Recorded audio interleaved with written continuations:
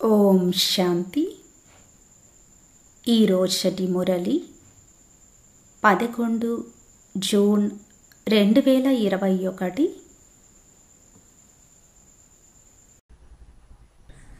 స్వయానికి ఆత్మగా భావిస్తూ ఆత్మలందరికీ తండ్రి, శిక్షకుడు, ఉన్నతోన్నతుడైన సద్గురువు, సర్వులకు గతి సద్గతిని ఇచ్చేటువంటి పరమపిత పరమాత్మ స్మృతిలో కూర్చొని సంగమ యుగము మరియు శివ్ బాబా యొక్క మహిమను ఈ పాట రూపంలో విందాము.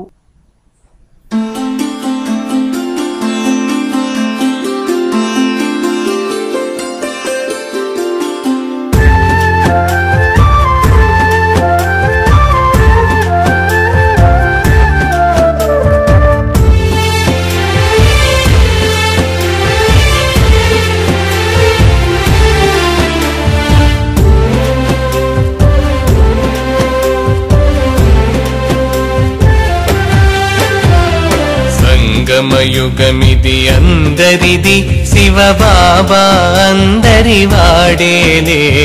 సంగమయుగమిది అందరిది, శివ బాబా అందరి వాడేలే. ఆత్మలతో పరమాత్ముని మిలనం మంగళకరమౌ సమయమిది. ఆత్మలతో పరమాత్ముని మిలనం మంగళకరమౌ సమయమిది. సంగమయుగమిది అందరిది, శివ బాబా అందరి వాడేలే.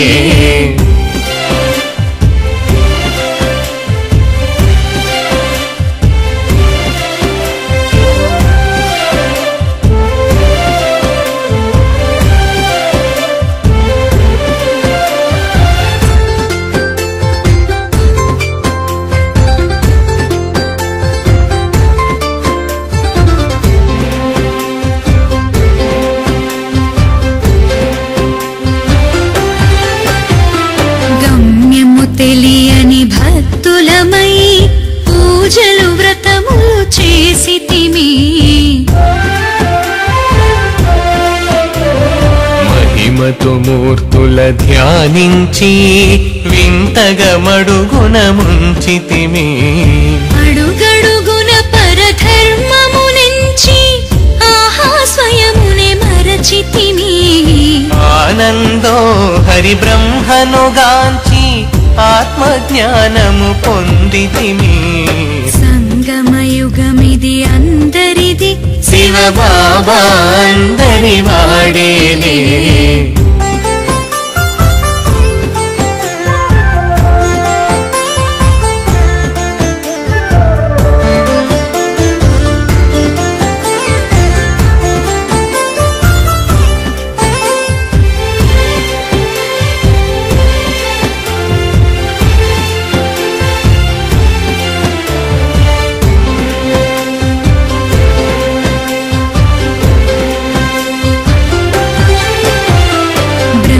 సరస్వతి దంపతులనుచు వేదములే విరచించితిమి.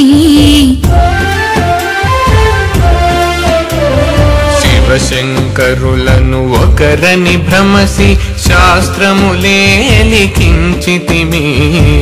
దేహదారి అగు ఆది దేవుడిని పరమాత్మునిగా కొలిచితిమి. బ్రహ్మతనువులో శివుడరుదెంచగా మాయ నిద్రలో మునిగితిమి. సంగమయుగమిది అందరిది, శివ బాబా అందరి వాడేలే. శివ బాబా అందరి వాడేలే.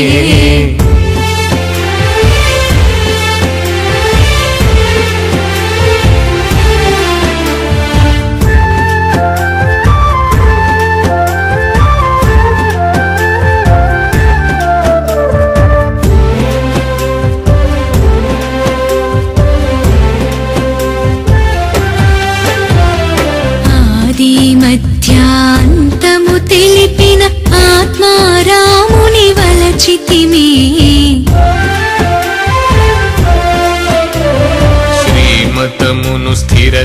చిత్తము నుంచి శివశక్తులమై కదలితిమి. శుభ భావనతో సర్వాత్మల ప్రతి వరదానములే పంచితిమి. సర్వధర్మముల సారం ఒకరని సాక్షాత్కారమే పొందితిమి. సంగమయుగమిది అందరిది, శివ బాబా అందరి వాడేలే.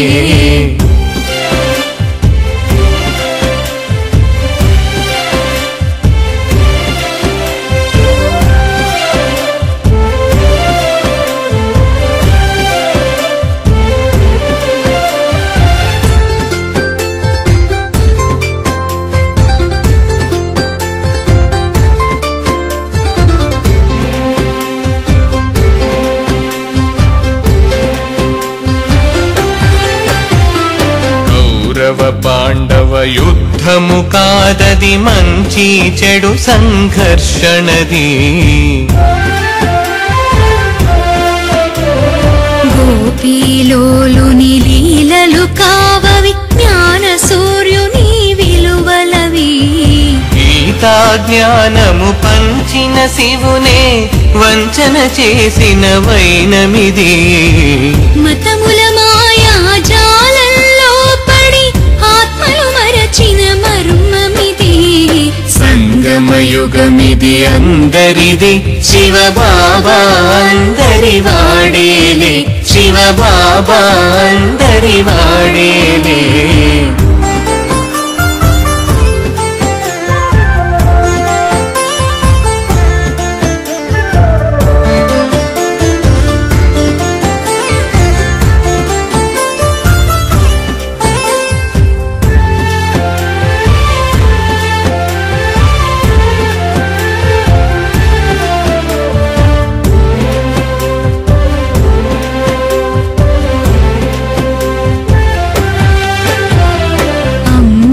వేళ మహిమను తెలిపిన ఆత్మిక తండ్రిని తలచితిమి.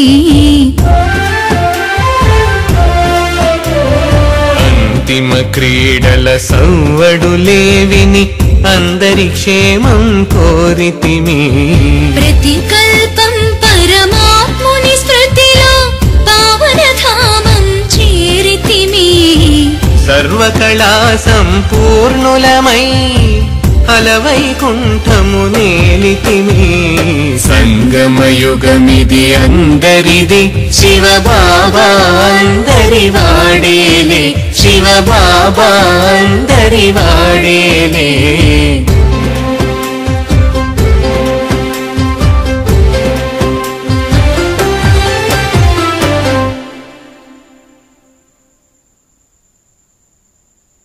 ఓం శాంతి.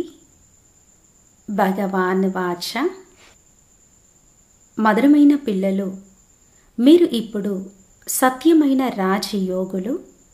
మిమ్మల్ని రాజ ఋషులు అని కూడా అంటారు. రాజ ఋషి అంటేనే పవిత్రులు అని అర్థము. మధురమైన పిల్లలు, మీరు ఇప్పుడు సత్యమైన రాజయోగులు. మిమ్మల్ని రాజ ఋషులు అని కూడా అంటారు. రాజ ఋషి అంటేనే పవిత్రులు అని అర్థము. ప్రశ్న: పిల్లలైన మీరు మనుషులను మాయారూపి రావణుని ఊబి నుండి ఎప్పుడు బయటకు తీయగలుగుతారు? పిల్లలైన మీరు మనుషులను మాయారూపి రావణుని ఊబి నుండి ఎప్పుడు బయటకు తీయగలుగుతారు?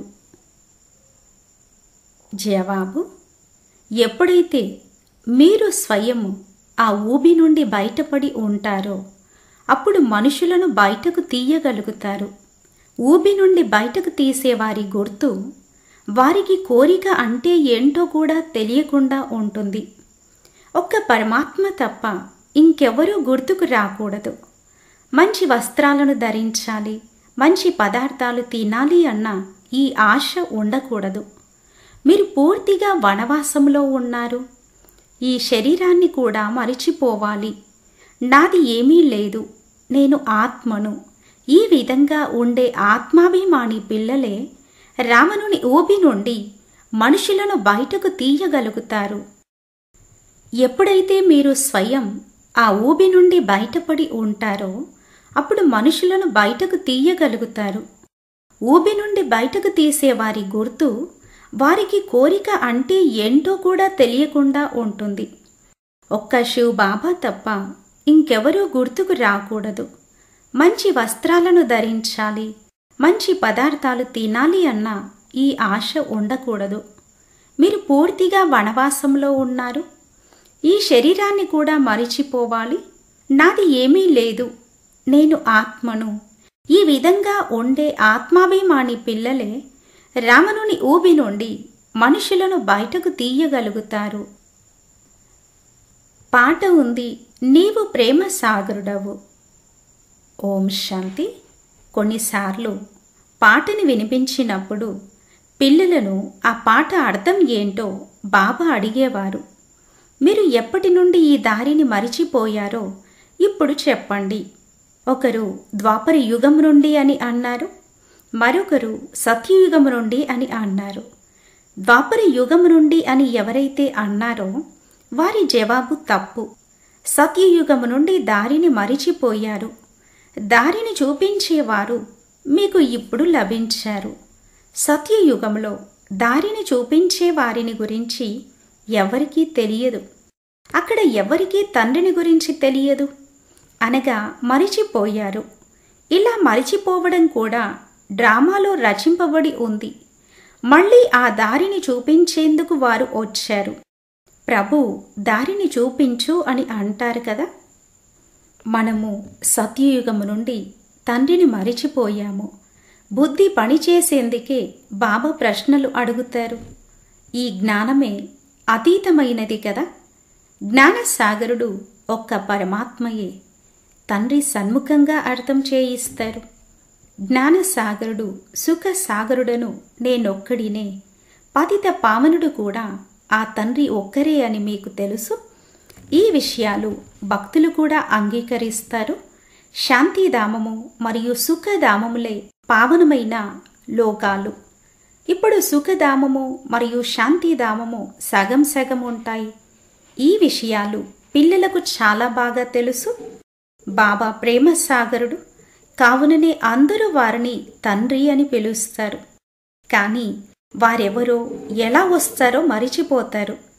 ఇది 5000 సంవత్సరాల విషయము. తప్పకుండా ఈ దేవీ దేవతల రాజ్యం ఉండేది. సత్యయుగంలో సద్గతి ఉంటుంది. ఆ తర్వాత దుర్గతి ఎలా కలుగుతుందో ఎవరు చెప్పగలరు? తండ్రియే వచ్చి అర్థం చేయిస్తారు. ద్వాపర యుగం నుండి మీ దుర్గతి ప్రారంభమైంది. కావుననే తండ్రిని పిలుస్తారు. ఇది క్రొత్త విషయం ఏమీ కాదు అని మీరు అర్థం చేసుకున్నారు. తండ్రి కల్పకల్పము వస్తారు. ఇప్పుడు నిరాకారుడైన తండ్రి ఆత్మలకు అర్థం చేయిస్తారు. ఎవరికీ తమ ఆత్మను గురించి తెలియదు. నా ఆత్మలో పాత్ర అంతా నిండి ఉంది అని ఎప్పుడూ ఎవరూ చెప్పరు. నేను అనేకసార్లు ఇలా అయ్యాను, పాత్రను అభినయించాను అని ఎప్పుడూ ఎవరు అనరు. డ్రామాను గురించి వారికి తెలియనే తెలియదు. 1000 లక్షల సంవత్సరాలు అని అంటారు. అయినా డ్రామా అయితే ఉంది కదా. డ్రామా పునరావృతం అవుతుంది అని అంటారు కదా. ఈ జ్ఞానమును శివ్ బాబాయే వచ్చి పిల్లల సన్ముఖంగా ఇస్తారు. ఈ ముఖం ద్వారా వారు మాట్లాడుతున్నారు. మనకు శివ్ బాబా బ్రహ్మ ద్వారా తనవారిగా బ్రాహ్మణులుగా తయారు చేశారు. శివ్ బాబాకు బ్రహ్మ సంతానము మరియు పత్ని కూడా. చూడండి ఎంతమంది పిల్లల్ని సంభాళించడం జరుగుతుందో. మరి బ్రహ్మ బాబా ఒంటరిగా పురుషుడిగా ఉన్న కారణంగా సరస్వతిని పిల్లలను సంభాళించడంలో సహాయం చేసేందుకు నిమిత్తంగా చేయడం జరిగింది. ఈ విషయాలు శాస్త్రాలలో లేవు. ఇవి ప్రత్యక్ష విషయాలు. తండ్రియే వచ్చి రాజ్ యోగాన్ని నేర్పిస్తారు. ఎవరికైతే రాజ్ యోగాన్ని నేర్పించారో వారు రాజులుగా అయ్యారు. 84 జన్మలలోకి వచ్చారు. బైబిల్, ఖురాన్, వేదశాస్త్రాలు మొదలైన వాటిని ఎంతోమంది చదువుతూ ఉంటారు. కానీ ఏమీ అర్థం చేసుకోరు. ఇప్పుడు మీరు తత్వయోగులు కారు. ఇప్పుడు మీ యోగము తండ్రితో ఉంది, అనగా బాబా స్మృతి ఉంది. ఇప్పుడు మీరు రాజయోగులు, రాజ ఋషులు, అనగా యోగి అనగా రాజ ఋషులు. యోగి అని పవిత్రులను అనడం జరుగుతుంది. స్వర్గరాజ్యాన్ని తీసుకుంటూ మీరు యోగులుగా అయ్యారు. పవిత్రులుగా అవ్వండి అని మొట్టమొదట బాబా చెబుతారు. యోగి అన్న పేరు పవిత్రులదే. మీరందరూ రాజయోగులు. ఇది బ్రహ్మముఖ వంశావళి బ్రాహ్మణులైన మీ విషయమే. మీకు రాజయోగాన్ని నేర్పించడం జరుగుతుంది. మరి మీరు విద్యార్థులే కదా. టీచర్ను విద్యార్థులు ఎప్పుడైనా మరిచిపోతారా? శివ్ బాబా మనల్ని చదివిస్తున్నారు అని మీకు తెలుసు, కానీ మాయ మళ్ళీ మరిపింపచేస్తుంది. మీరు మిమ్మల్ని చదివించే టీచర్ను మరిచిపోతారు. భగవంతుడు చదివిస్తున్నాడు అని అర్థం చేసుకుంటే నష ఎక్కుతుంది. స్కూల్లో ఐసిఎస్ చదివినప్పుడు ఎంత నష ఎక్కుతుంది. పిల్లలైన మీరు 21 జన్మల కొరకు రాజయోగ విద్యను చదువుతున్నారు. రాజ విద్య మరియు అక్కడి భాష కూడా అక్కడ నేర్చుకోవలసి ఉంటుంది. చదవడం అనేది అక్కడ కూడా ఉంటుంది. సత్యయుగము నుండి మనము ఈ దారిని మరిచిపోతూ వచ్చాము అని పిల్లలైన మీకు తెలుసు. ఆ తర్వాత ఒక్కొక్క జన్మలో ఒక్కొక్క మెట్టు దిగుతారు. ఇప్పుడు మీకు అంతా గుర్తుంది. మనం ఎలా ఎక్కుతామో ఎలా దిగుతామో మీకు తెలుసు. ఈ మెట్ల వరుసను బాగా గుర్తుంచుకోండి. 84 జన్మలు పూర్తయ్యాయి. ఇప్పుడు మనము వెళ్ళాలి. కావున ఎంతో సంతోషం కలుగుతుంది. ఇది అనంతమైన నాటకము. ఆత్మ ఎంత చిన్నది. పాత్రను అభినయిస్తూ అభినయిస్తూ ఆత్మ అలసిపోతుంది. బాబా దారిని చూపించినట్లయితే మేము విశ్రాంతిని పొందుతాము, సుఖశాంతులను పొందుతాము అని అప్పుడు ఆత్మ అంటుంది. మీరు సుఖధామంలో ఉన్నప్పుడు మీకు అక్కడ సుఖము శాంతి కూడా ఉన్నాయి. అక్కడ ఏ గొడవలు లేవు. ఆత్మకు శాంతి ఉంది. శాంతికి 2 స్థానాలు ఉన్నాయి. ఒకటి శాంతిధామము, రెండవది సుఖధామము. దుఃఖధామంలో అశాంతి ఉంది. ఇది చదువు మనల్ని శాంతిధామం మీదుగా సుఖధామంలోకి తీసుకువెళుతున్నారు. మీరు ఇది అనవలసిన అవసరం లేదు. ఎందుకంటే ఈ పాత్రను అభినయించేందుకు వచ్చాము అని మళ్ళీ మనం అక్కడికి వెళ్ళాలి అని మీకు తెలుసు. మీకు ఈ సంతోషం ఉంది. కేవలము శాంతి సంతోషం కాదు, మనకు ఎంతో ఆనందం సంతోషం కలుగుతాయి. బాబాను స్మృతి చేయడం ద్వారా వికర్మలు వినాశనం అవుతాయి అని మనకు తెలుసు. మా మనస్సుకు శక్తి లభించాలి అని కొందరు అంటారు. ఈ పదము కూడా తప్పే. వికర్మలు వినాశనము అవ్వడానికి మనం బాబాను స్మృతి చేస్తాము. మనసు ఎప్పుడూ శాంతిగా ఉండలేదు, కర్మ లేకుండా ఉండలేరు. కావాలి అంటే అనుభూతి కలుగుతుంది. శివ్ బాబా నుండి పవిత్రత సుఖశాంతుల వారసత్వాన్ని తీసుకుంటున్నాము. మరి ఎంతో సంతోషం ఉండాలి కదా. దీని పేరే దుఃఖధామము. ఇందులో సుఖం ఉండచాలదు. మనుషులు శాంతిధామాన్ని సుఖధామాన్ని మరిచిపోయారు. కావున ఎవరి వద్దనైతే చాలా ధనం ఉందో వారు తాము సుఖంలో ఉన్నాము అని భావిస్తారు. సన్యాసులు ఇల్లు వాకిళ్ళు వదిలి అడవులకు వెళ్ళిపోతారు. అక్కడ ఏ హడావిడి లేని కారణంగా కాస్త శాంతం అవుతారు. కానీ అది కేవలము అల్పకాలికం కోసమే. మీరు ఆత్మ స్వధర్మమైన శాంతిలో ఉంటారు. ఇక్కడ ప్రవృత్తిలోకి రావలసిందే, పాత్రను అభినయించవలసిందే, కర్మలు చేసేందుకే ఇక్కడికి వస్తారు. ఆత్మ తప్పకుండా కర్మలోకి రావలసిందే. బేహదు తండ్రి అర్థం చేయిస్తున్నారు అని పిల్లలైన మీకు తెలుసు. నిరాకారి భగవాను వాచ, మీరు ఒక ఆత్మ అని, మీ తండ్రి పరమాత్మ అని మీకు తెలుసు. పరమాత్మ అనగా ఉన్నతోన్నతమైన ఆత్మ. వారిని ఈ ఆత్మ పిలుస్తుంది. ఆ తండ్రియే సర్వుల సద్గతి దాత. పిల్లలు దేహీ అభిమానులుగా అవ్వండి అని ఇప్పుడు ఆ తండ్రి తెలియచేస్తున్నారు. ఇందులోనే శ్రమ ఉంది. అరెకల్పము నుండి ఏ మలినాలైతే కలుస్తాయో అవి కేవలము ఈ స్మృతి ద్వారానే శుభ్రం అవుతాయి. మీరు స్వచ్ఛమైన బంగారంగా అవ్వాలి. ఏ విధంగా సత్యమైన బంగారంలో మలినాలు కలిపి నగలు తయారు చేస్తారో అలాగే మీరు నిజానికి సత్యమైన బంగారంగా ఉండేవారు. ఆ తర్వాత మీలో మలినాలు కలుస్తూ వచ్చాయి. మేము పాత్రను అభినయించాము, ఇక మేము మా పుట్టింటికి వెళతాము అని ఇప్పుడు మీ బుద్ధిలో ఉంది. విదేశాల నుండి ఇంటికి తిరిగి వస్తున్నప్పుడు ఎంతో సంతోషం ఉంటుంది. బేహదు రాజ్యాధికారము అనగా స్వర్గమును బాబా మన కోసము తీసుకువచ్చారు అని మీకు తెలుసు. బేహదు తండ్రి నుంచి లభించే కానుక బేహద్దు రాజ్యాధికారము అనగా సద్గతి. సన్యాసులు ముక్తి కానుకను ఇష్టపడతారు. ఎవరైనా చనిపోయినా స్వర్గవాసులయ్యారు అని అంటారు. కానీ సన్యాసులు జ్యోతి జ్యోతిలో కలిసిపోయింది అని అంటారు. అందరూ అందులో కలిసిపోతారు అని అంటారు. నిజానికి అది నివాస స్థానము. అందులో ఆత్మలైన మనము ఉంటాము. అంతేకాని కలిసిపోవడానికి అక్కడ జ్యోతి కానీ అగ్ని కానీ ఏమీ లేవు. అది బ్రహ్మ మహాతత్వము. అందులో ఆత్మలు ఉంటాయి. తండ్రి కూడా అక్కడే ఉంటారు. వారు కూడా ఒక బిందువే. ఎవరికైనా బిందువు సాక్షాత్కారం కలిగితే వారు అర్థం చేసుకోలేరు. బాబాను స్మృతి చేయడంలో కష్టమవుతుంది అని చాలామంది పిల్లలు అంటారు. బిందు రూపాన్ని ఎలా స్మృతి చేయాలి? అరకల్పం పెద్ద లింగాన్ని స్మృతి చేశారు. బిందువును ఎవరూ పూజించలేరు.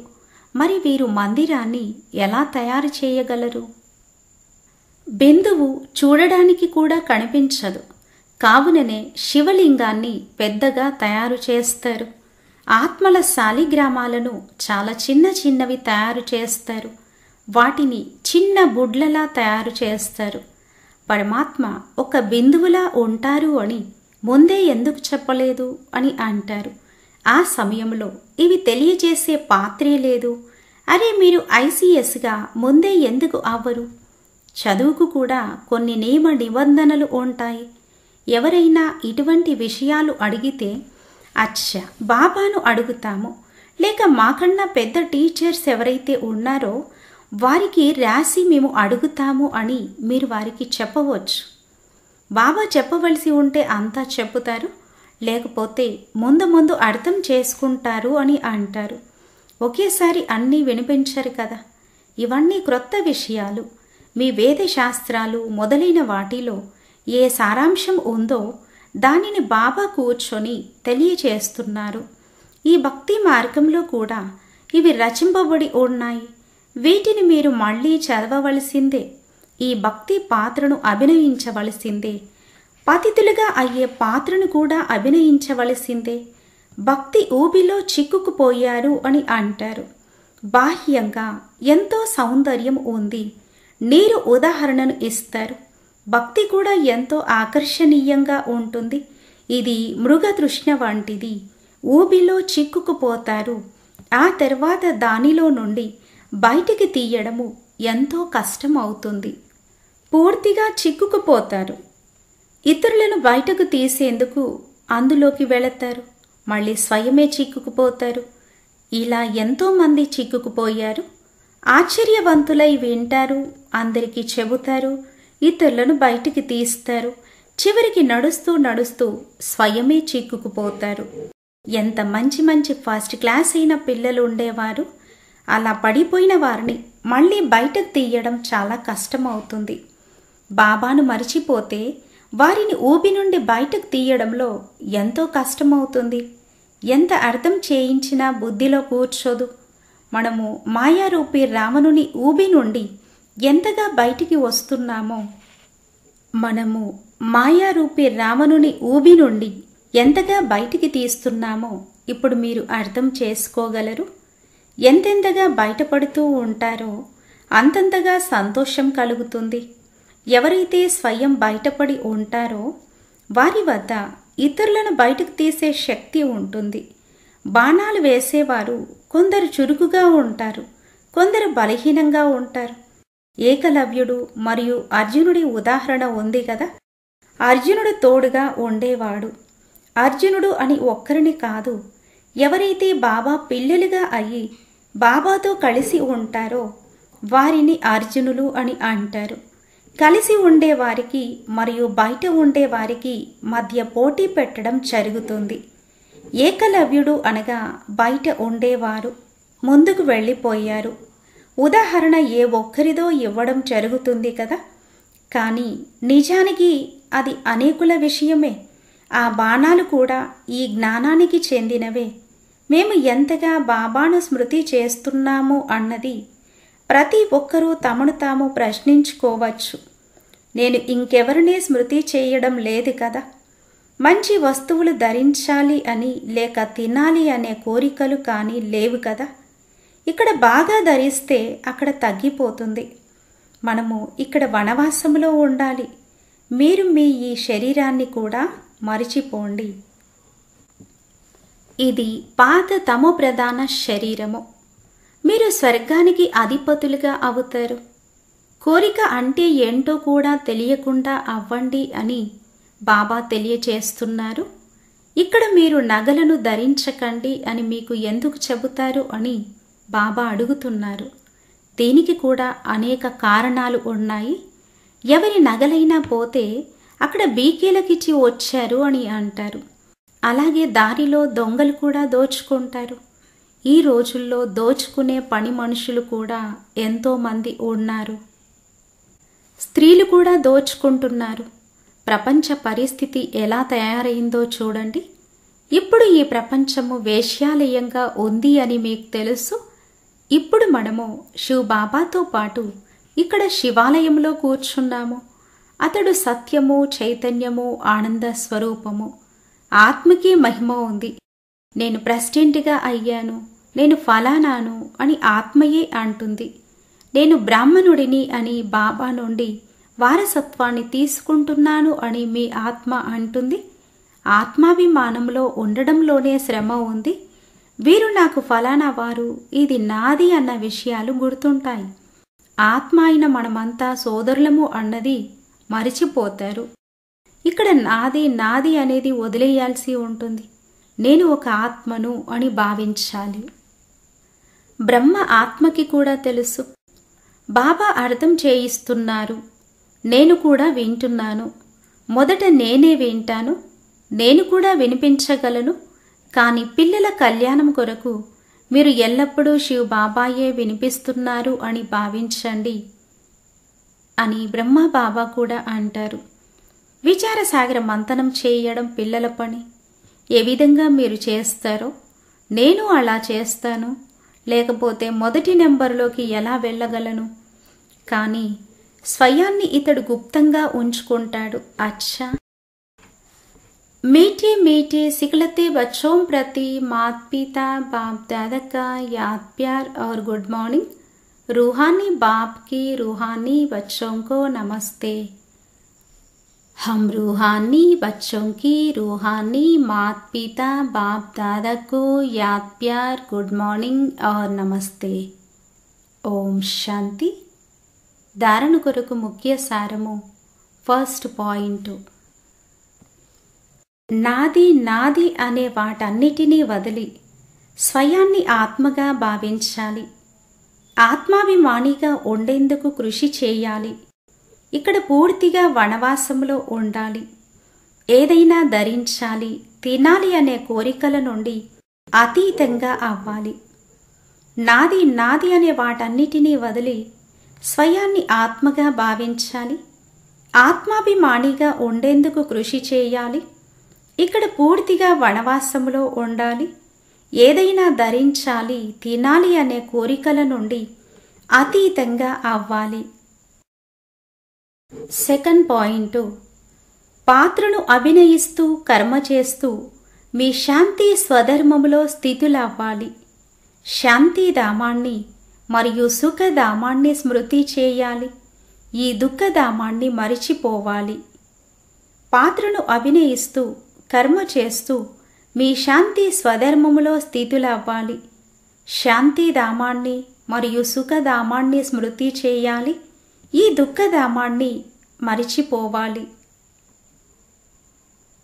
వరదానము.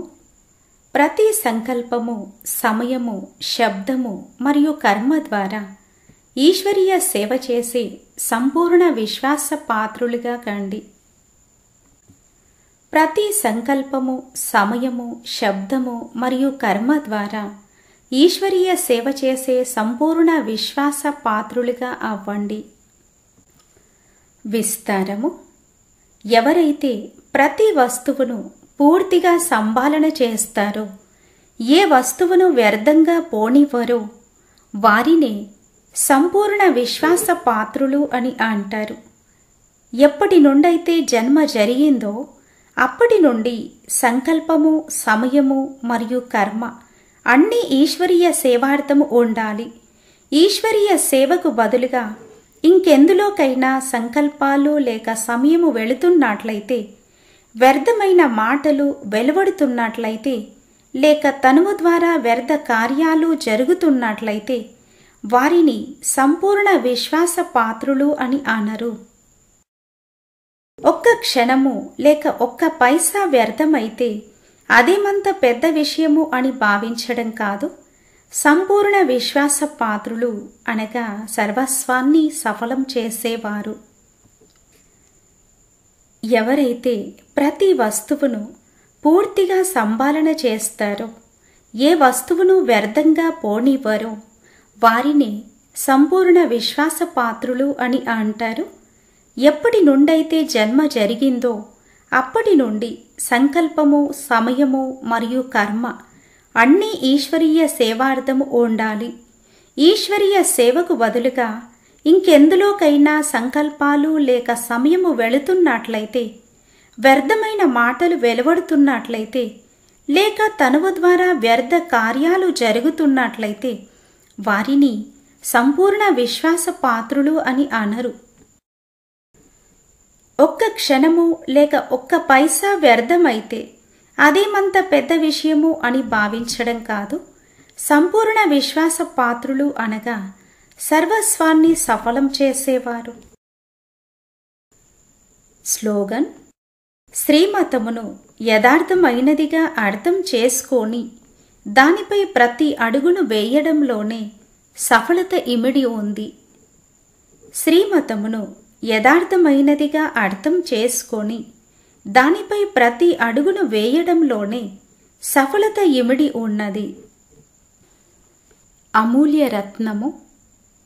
అవ్యక్త మురళి 25 డిసెంబర్ 1969. శీర్షిక: అనాసక్తులుగా అయ్యేందుకు తనువు మరియు మనస్సు తాకట్టు వస్తువులుగా భావించండి. సేవలో నూతన శోభ కొరకు ప్రతి సంకల్పము, ప్రతి కర్మ మరియు వాణిలో ఆత్మీయత ఉండాలి. ఆత్మ ఎక్కడి నుండి వచ్చింది? సెకండ్ పాయింట్: నేచర్ కూడా మారిపోవాలి. అప్పుడు మీ అవ్యక్త ఫీచర్స్ కనిపిస్తాయి. సేవలో నూతన శోభ కొరకు ప్రతి సంకల్పము, ప్రతి కర్మ మరియు వాణిలో ఆత్మీయత ఉండాలి. ఆత్మీయత సదా స్థిరంగా ఉండాలి. ఇందుకు ఒకటి, తమను మరియు ఇతరులను ఎవరి సేవ కొరకైతే మనము నిమిత్తంగా ఉన్నామో వారిని బాబ్ దాదాకు తాకట్టుగా భావించి నడుచుకోవాలి. తాకట్టుగా భావించకపోతే లోటు ఏర్పడుతుంది. సెకండ్ పాయింట్: మనసుతో సంకల్పం ఏదైతే చేస్తారో అది కూడా ఈ మనసు ఒక తాకట్టు వస్తువు అని భావించి చేయాలి. తాకట్టుగా భావించడంతో అనాసక్తులుగా అవుతారు. అనాసక్తులుగా అవ్వడం వలన ఆత్మీయత వస్తుంది. తమది దీపంపై నాశనం చేసుకోవాలి. ఫస్ట్ పాయింట్: ఇది నా సంస్కారము. ఈ నా సంస్కారము అనే మాట కూడా తొలగిపోవాలి. అన్నీ తండ్రివే అయినప్పుడు మరి నా సంస్కారము అనేది ఎక్కడి నుండి వచ్చింది? సెకండ్ పాయింట్: నేచర్ కూడా మారిపోవాలి. అప్పుడు మీ అవ్యక్త ఫీచర్స్ కనిపిస్తాయి. ఈ రోజటి మమ్మ ధారణ పాయింట్: జ్ఞాన చంద్రమా సమానంగా శీతలమైన యోగిగా తయారు కావాలి. శీతలత శక్తితో క్రోధం చేసేటువంటి ఆత్మ కూడా చాలా శీతలంగా అయిపోవాలి. ఎప్పుడూ క్రోధమనే అగ్నిలో రగిలిపోకూడదు. ఈ విధంగా మమ్మ సమానంగా తయారు కావాలి. జ్ఞాన చంద్రమా సమానంగా శీతలమైన యోగిగా తయారు కావాలి. శీతలత శక్తితో క్రోధం చేసేటువంటి ఆత్మ కూడా చాలా శీతలంగా అయిపోవాలి. ఎప్పుడూ క్రోధమనే అగ్నిలో రగిలిపోకూడదు. ఈ విధంగా మమ్మ సమానంగా తయారు కావాలి. అచ్చా. ఓం శాంతి.